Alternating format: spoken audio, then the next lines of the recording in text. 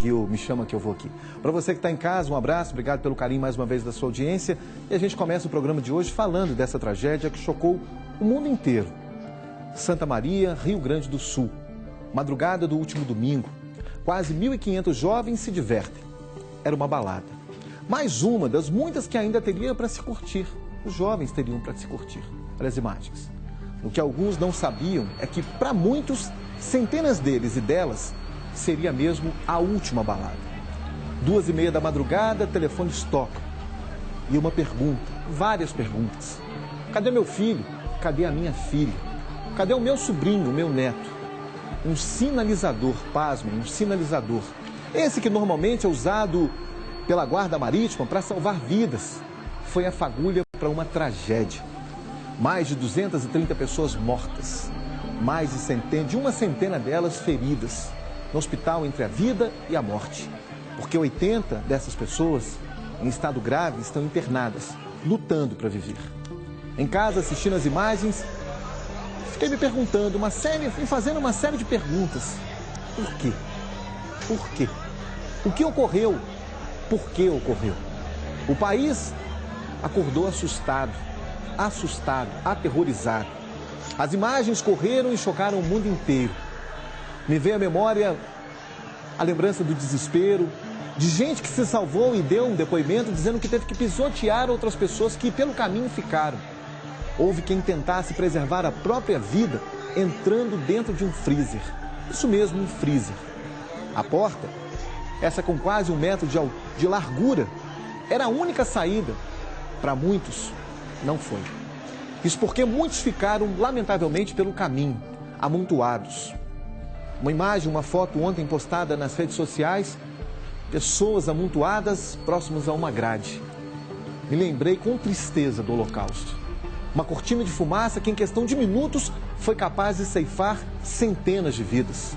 Para as famílias, para essas ficou a dor, a indignação, a revolta por ter que enterrar os seus entes queridos.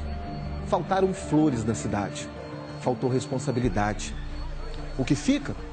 Para as famílias, uma tristeza profunda, uma angústia, saudade, que só mesmo a fé e o tempo serão capazes de trazer cura. A saudade vai ser eterna. Para nós que vivemos, ficam algumas perguntas. O que aprendemos com toda essa tragédia que dói no coração de cada um dos brasileiros e, quiçá, do mundo inteiro? De todos nós, reféns do egoísmo de um capitalismo cujo valor é de R$15, que custou a vida de centenas de jovens. Essas imagens que a gente está vendo aí causaram dor, tristeza, indignação, sofrimento. Jovens caídos, no meio da rua ali mesmo, sendo socorridos às pressas. Alguns já estavam até mortos. Gente correndo de um lado, gente ao telefone. Lá dentro, um cenário de completa destruição, tristeza, angústia. O que minutos antes teria sido um momento de descontração, de lazer, fiquei me perguntando dos pais, me colocando no lugar dos pais, que prepararam as camas dos filhos e que, lamentavelmente, um dia depois não teriam os filhos nas suas próprias camas. Os filhos agora seriam enterrados. Triste, doloroso, difícil até para falar. Mas essa foi a imagem que correu o mundo. Santa Maria, Rio Grande do Sul, quase 300 mil habitantes, uma cidade marcada aí pelas festas. Outra coisa que me chamou a atenção, aglomerados era o nome da festa. O aglomerado que a gente tanto fala aqui na comunidade, que tem pontos de risco, uma festa chamada aglomerados, universitários e estudantes de cursos técnicos, todos eles jovens, perderam suas vidas em questão de minutos. Tristeza. Teve mãe, pai, que tiveram que contabilizar a perda de 2 filhos. Teve gente que perdeu a esposa, teve gente que perdeu o sobrinho, perdeu amigos, gente que alguns minutos antes estava lá, curtindo a balada. Triste, né, gente? Triste. Difícil até para falar esse tipo de coisa aqui. Porque eu me coloquei, quando eu entrava, que eu via as imagens, eu entrava lá, que eu via aquele velório coletivo, e aí me lembrei do Canecão Mineiro, 7 mortos, 300 pessoas feridas. Me lembrei de um acidente aqui na cidade de São Joaquim de Bica, se não me falha a memória, quando eu participei de um enterro coletivo. Um monte de gente, aquele tanto de gente, em volta de uma série de caixões. Caminhões andando, carregando corpos. Que cena triste. Que tristeza para os pais, que tristeza para todos nós. Difícil até para falar. E no meio dessa tragédia, pelo menos 4 mineiros conseguiram sobreviver a esse caos, a essa situação que deixou aí 231 pessoas mortas na boate Kiss. A mãe de um estudante mineiro que estava na boate em Santa Maria conta como o filho escapou dessa tragédia. Nossa reportagem conversou com a empresária Marlúcia Fernandes, da cidade de Machado, aqui no sul do estado. Ela é mãe de Túlio Fernandes, de 22 anos, que estuda odontologia em Varginha, também no sul de Minas, e foi cursar em Santa Maria, estágio naquela área. Vamos acompanhar o que ela disse. Ele foi só fazer um estágio lá agora esse mês. De odonto mesmo, ele está numa clínica, porque eles têm que fazer algumas horas de estágio, entendeu? Para formar. Aí ele foi fazer essas horas de estágio lá. E eu só fiquei sabendo ontem de manhã que o amigo dele ligou para avisar que ele estava no hospital, mas que já estava bem, e eu fiquei muito apavorada, mas logo eu consegui falar com ele, né? Ele está hospitalizado ainda, mas está bem. Está fazendo inalação, nebulização, porque ele ingeriu bastante fumaça, mas tirando isso está tudo bem com ele, ele não teve nenhum arranhão, graças a Deus. O que ele falou foi o que o pessoal está falando mesmo, ele estava na parte superior, eu sei que ele teve que descer uma escada, não sei muito bem como foi, aí eles viram que tinha soltado alguma coisa tipo um fogo de artifício, alguma coisa, e pegou lá no isopor, naquela parte da acústica lá, e começou a pegar fogo, e eles na hora resolveram que tinha que sair correndo, só que aí já veio um ar muito quente, escureceu tudo, não tinha como sair, e ele foi saindo, quando ele viu, já estava lá fora. Não tem muita explicação para dar, sabe? Tem 2 moças que trabalham com ele, que já trabalham lá, né? Que estão em coma induzido. Uma delas não está muito bem, não. Foi a pura mão de Deus que tirou meu filho de lá. A gente tem que pedir agora é pelos outros, né?